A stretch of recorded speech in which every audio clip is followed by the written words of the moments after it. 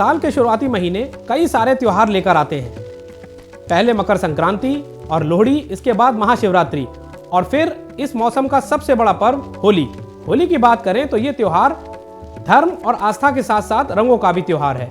अधर्म पर धर्म की विजय के प्रतीक के रूप में होलिका दहन होता है और उसके बाद अगले दिन पूरा देश रंगों से भरी हुई होली खेली जाती है। तो हर बार की तरह इस बार भी लोगों में होलिका दहन को लेकर संशय कायम है।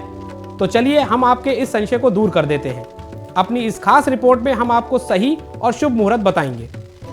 होलिकोत्सव का शुभ मुहूर्त। हिंदू पंचांग की बात करें तो फागुन माह के शुक्ल पक्ष की पूर्णिमा तिथि की रात को होलिका दहन किया जाता है और अगले दिन रंगों भरी होली खेली जाती है। पिछले साल यानी 2024 में होली की तारीख को लेकर देश भर में कन्फ्यूजन था। भद्रा के साए के चलते होली की दो तिथियों को लेकर लोग काफ़ी संशय में आ गए थे। खास बात यह है कि पिछले साल की ही तरह इस साल भी कुछ लोगों में होली की डेट को लेकर कन्फ्यूजन बना हुआ है। कुछ जगहों पर होलिका दहन की तिथि 13 मार्च बताई जा रही है और कुछ जगहों पर होलिका दहन 14 मार्च को करने की बात कही जा रही है। ऐसे में कन्फ्यूजन होने की बजाय होली की सही डेट हमसे जानिए। चलिए हम आपको बताते हैं कि अयोध्या के ज्योतिषाचार्यों ने वैदिक पंचांग के अनुसार होली की सही डेट क्या बताई है। वैदिक पंचांग के अनुसार होली का समय। प्रभु श्री राम की जन्मस्थली अयोध्या में पंडितों ने वैदिक पंचांग का जायजा लेकर होली की सही डेट बताई है। उनके अनुसार इस साल फागुन माह की पूर्णिमा तिथि 13 मार्च को सुबह 10:25 से आरंभ हो गई है। आप चाहें तो ये मुहूर्त नोट कर सकते हैं।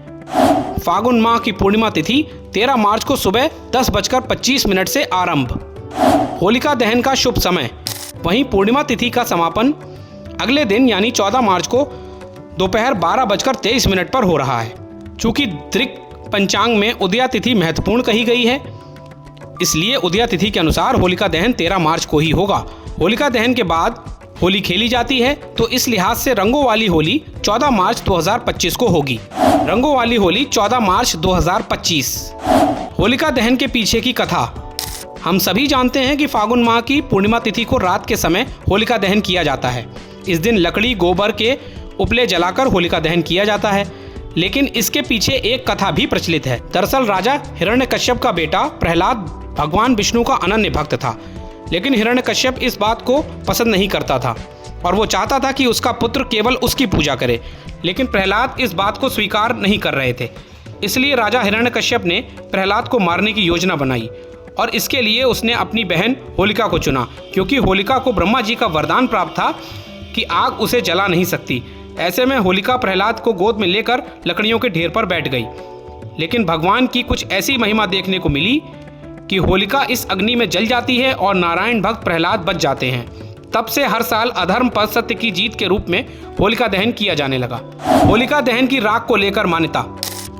ऐसी मान्यता है कि होलिका दहन की रात मनोकामना प्राप्ति के लिए महत्वपूर्ण मानी जाती है, क्योंकि होलिका दहन की राख बहुत ही पवित्र मानी जाती है।